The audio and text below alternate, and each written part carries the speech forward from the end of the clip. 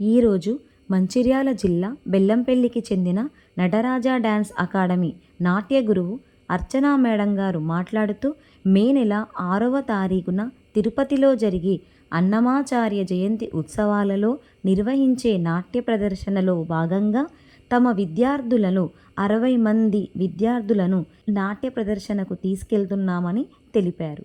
నెల రోజుల నుండి ప్రతిరోజు తమ విద్యార్థులకు ట్రైనింగ్ ఇచ్చారని తెలియజేశారు.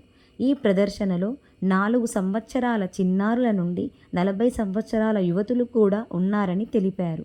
ఎంతో కష్టపడి వీరందరూ చాలా చక్కగా ప్రాక్టీస్ చేశారని నాట్య గురువు అర్చనా మేడం గారు తెలిపారు. అది వీరి మాటల్లోనే విందాం. నమస్కారం అండి.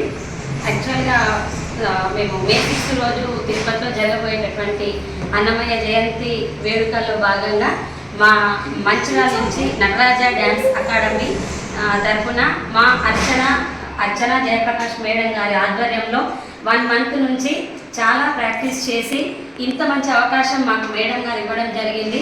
1 మంత్ ప్రాక్టీస్ చేసి 6th రోజు అయితే మేము తిరుపతికి రాబోతున్నాము. సో మీ ఆశీస్సులు ఆశీర్వాదాలు మాకుండి ప్రోగ్రామ్ సక్సెస్ అవ్వాలి అని చెప్పేసి మనస్ఫూర్తిగా కోరుకుంటున్నాం. నమస్కారం. మేడం గారు చెప్పినట్టు మేము మే 6th రోజు అన్నమయ్య జయంతి ఉత్సవాలకు వస్తున్నాము. ఒక 1 మంత్ నుంచి ప్రాక్టీస్ చేస్తున్నామండి. మేడం చాలా బాగా నేర్పించారు. కొరియోగ్రఫీ చాలా బాగుంది. మీ ఆశీస్సులు కావాలని చెప్పి అని కోరుకుంటున్నాము. నమస్కారం అండి అందరికీ.